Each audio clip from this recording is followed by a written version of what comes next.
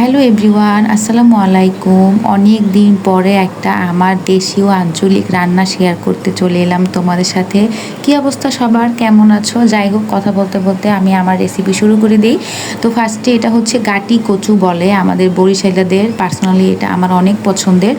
আর ভাবলাম যেহেতু তোমাদের সাথে আমি আমার টুকটাক রান্নার রেসিপি শেয়ার করি, তো এটাও শেয়ার করে ফেলি।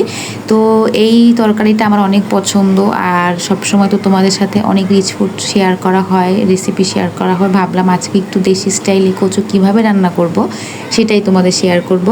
তো ফার্স্টে দেখলে আমি গাটি কচু, ওটাকে আমি সুন্দর করে ধুয়ে কুটে পরিষ্কার করে নিয়েছি। গাটি কচু কিন্তু ভালোভাবে অনেকবার করে ধুতে হবে।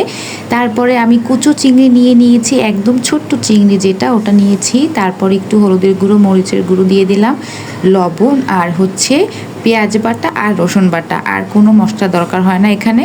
আর রসুন বাটা যে কোনো কচু জাতীয় তরকারিতে কিন্তু বেশি পরিমাণে দিতে হয়, তাহলে খেতে মজা লাগে।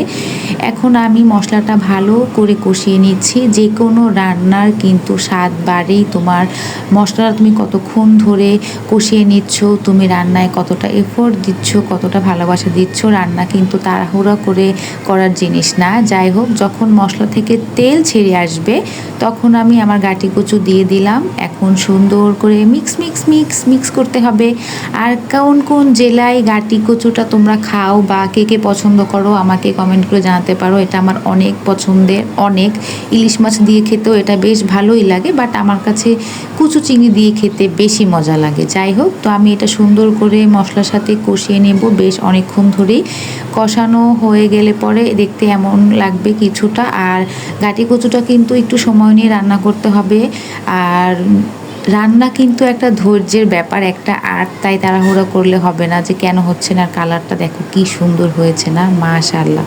তো ইন দ্য মিন টাইম যখন আমার গাটি কচু একদম কষানো হয়ে গেছে, এখন আমি এটার মধ্যে একটু হালকা উষ্ণ গরম পানি দিয়ে দেবো। তোমরা চাইলে রুম টেম্পারেচার পানি ইউজ করতে পারো, বাট গরম পানি ইউজ করলে কিন্তু রান্নার স্বাদ নষ্ট হয় না। এটা কিন্তু টিপস বলতে পারো। যাই হোক, থ্যাঙ্কস মিলিটার।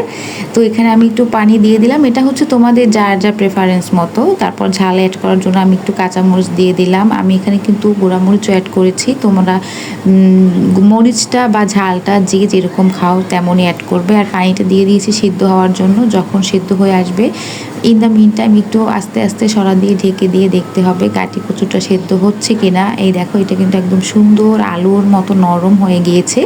যখন সেদ্ধ হয়ে যাবে তখন বুঝতে হবে এটা হয়ে গেছে।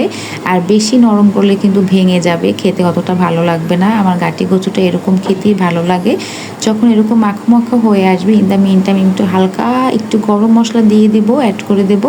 এটা আমার আম্মুর সিক্রেট রেসিপি, বরিশাল থেকে এনেছি। যাই হোক, তোমরা প্রায় দেখো আমি এটা রান্নায় ইউজ করি। তো এটা আমি দিয়ে দিলাম, ফার্স্টে গরম মশলা দিয়ে দিলাম, অ্যান্ড আমার রান্না রেডি। গরম মশলা অ্যাড করার পরে আর একটু নাড়াচাড়া করে উঠিয়ে ফেলতে হবে। বেশ। তো ভিডিওটি কেমন লাগলো কমেন্ট করে জানাবে। আর কে কে এটা ট্রাই করছো সেটাও জানাবে। আজকে আলহামদুলিল্লাহ পেট ভরে ভাত খেয়েছি গাটি কচু দিয়ে। আমার পার্সোনালি অনেক পছন্দ, ফার্স্টে তো বলেই দিলাম।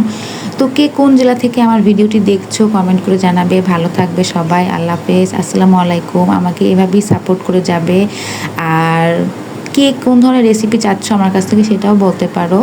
তো ভালো থাকবে সবাই। আল্লাহ হাফেজ, আসসালামু আলাইকুম, tata, bye bye, see you. শুভ বিকেল সবাইকে। আমাদের জন্য দোয়া করবে।